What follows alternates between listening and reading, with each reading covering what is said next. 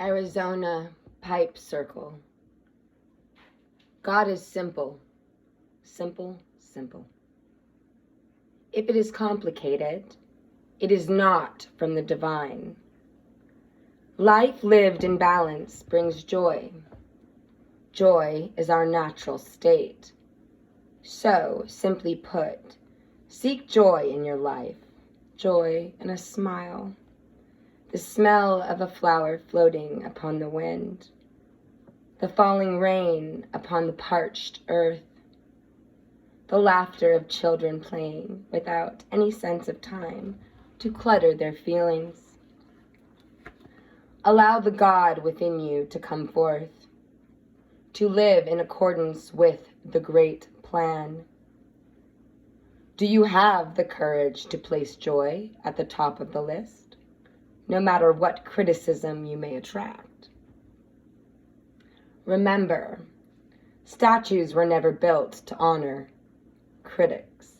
They were built to honor those who had the courage to be criticized.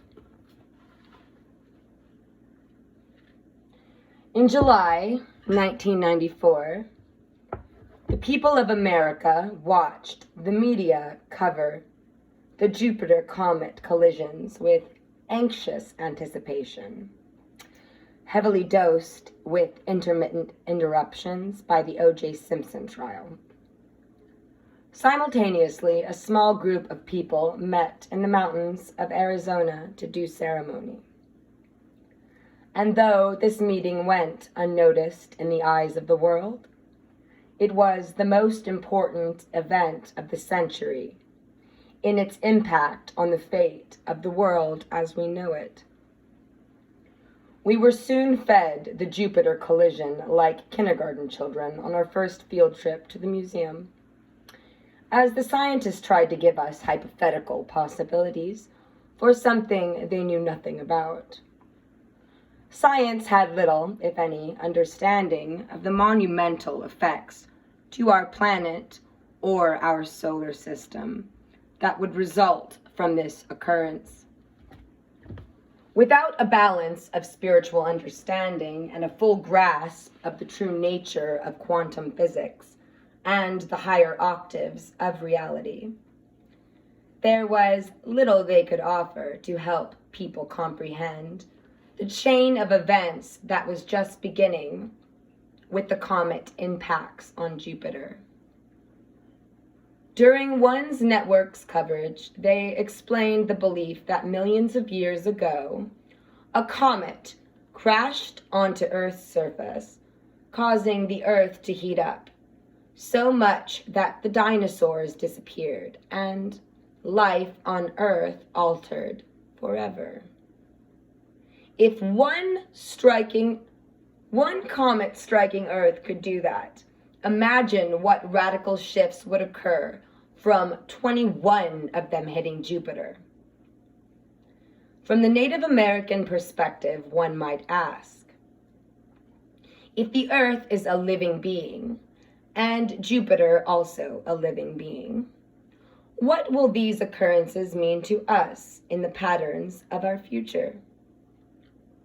What will this mean to the balance of our solar system and the beings who make up the family known as the Milky Way? There are many instances of findings of the ancient Mesoamerican civilizations, which hold the keys to the answers to these and other questions.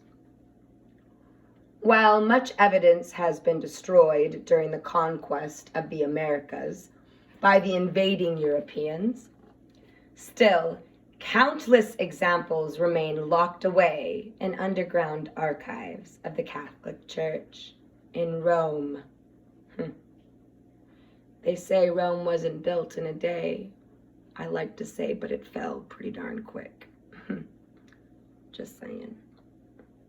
Records of ancient beings are imprinted upon the living rocks, or buried in obscure locations beneath the Earth's surface. The pyramids and mounds of North America, the pyramids and tombs of the Mayan, Inca, and Aztec people in South America contain examples of these records. It is this information that the small Council of Human Beings had come to discuss in July of 1995. Through ceremony, each of us shared in our own manner the knowledge we were given from our ancestors and our own personal experiences in the spirit world. The Hopi have long been my friends. We call each other family. I was greatly honored to have the opportunity to sit in council with them as, for 3 days and nights, we shared the sacred pipe and sang sacred songs handed down through our different heritages. I am métis, a mixed blood, born of the indigenous blood of the indigenous people here, and as well as the European. The Hopi elders who were members of our circle were of an ancient lineage going back to the beginnings of humankind's appearance in this mysterious land we call America. They were well aware that they may, in fact, be the last pure bloods of their civilization. The world is changing rapidly. Genetic intermingling is now a global phenomenon. Perhaps the next generation will see a new breed of Homo sapiens, as we are fast becoming a mongrel race. It is felt that soon there will be no purebloods among the Indian people, an eventual reality of all the races. However, this is not necessarily a bad thing. No. It is evolution, a part of Creator's plan. We are destined to become the Earth race, one people of one planet, one mother, one father. The races are coming together in accordance with the balance of life that must occur if humankind is to survive. The separatism we have known, as it has been taught through our many religions, cultures, and nation, has outlived its usefulness. There is being born through this experience a rainbow nation, a rainbow people. These people possessing the knowingness of all the races, all the religions, and all the cultures. The time of the old civilizations with their separate, tribalized cultures is passing quickly, as is the world's circumstance that influenced their development in the course of our evolutionary process. Perhaps this is why it is so important at this time to uncover and bring to the surface the deeper understandings of the different peoples of this earth, to unveil the mysteries of the past and release what knowledge they might hold. Knowledge which, in many instances, has been deliberately kept from us by the organized religions of the world. Organized religions now find themselves in much of the same situation as the dinosaurs, who also once dominated life on this planet. In the books, The Celestine Prophecy and The 10th Insight, which have recently taken American readers by storm, we are told of the causes and effects of the human drama we call life. To most of us, the word coincidence takes on a whole new understanding as a result of these publications. With this in mind, I say to you that it is no coincidence that there is a growing global awareness of our entering into a new age, that we are at the precipice of a radical change in our present consciousness. that life as we have known it is perhaps abruptly coming to an end. What seems the hardest thing for most of us to grasp in trying to understand the true nature of these changes is that the final outcome will depend upon our personal choices in how we play out the human drama. There will be no one road. There will be no one event to point to, and the future is not yet written in stone. What is occurring is a change in the entire universe, while we are still stuck, if you will, in I, me, my, air quoting. A galactic change is occurring, and we, beings of Earth, have a small but important role to play in this grand drama. Change is a natural state of existence here on Earth. No thing remains the same. All of life is flow. All things have their seasons. Our present global civilization is entering into its season of winter. The hope of the coming spring and the new life it will bring should be our focus at this time. The dreams we have now will directly affect the events that are to come in spring. We are being allowed the time to reflect, if you will, on our past experiences, that which we call our history as a human race, as well as the events in our personal lives. This may, at first, seem overwhelming to the seeker, until he or she finds a direction to follow. There are so many different roads we have followed. Why else would there be over 11,000 forms of organized religions in our little world?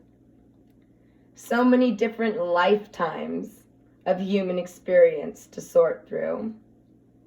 Most of these religions claiming to have the one truth yet. Really? No, I think not. We think not. It's programmed to say I. I against I.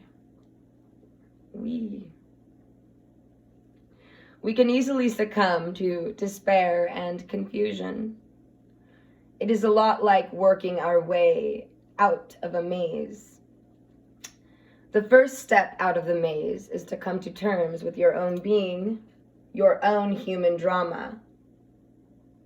What you were in the past is of little importance in the now. What you are now is the first key.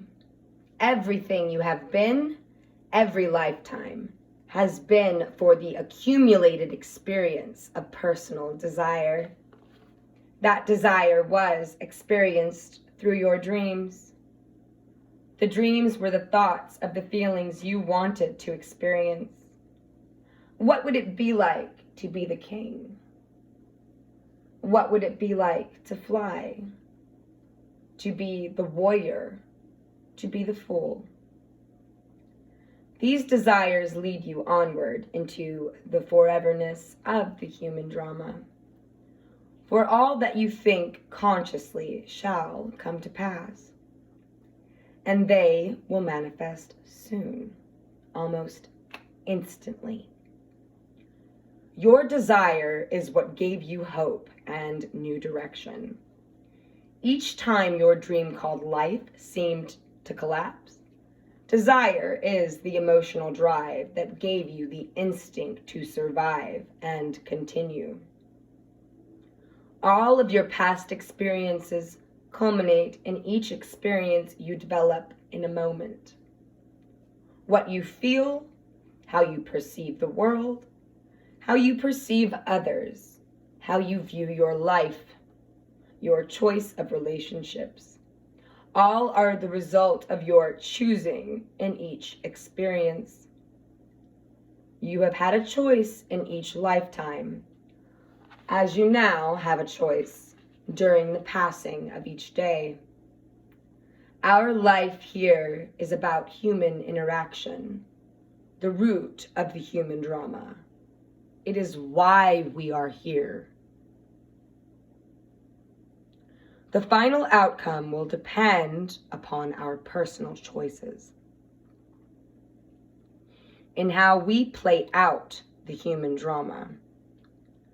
There will be no one road. There will be no event to point to, and the future is not yet written in stone. Aho.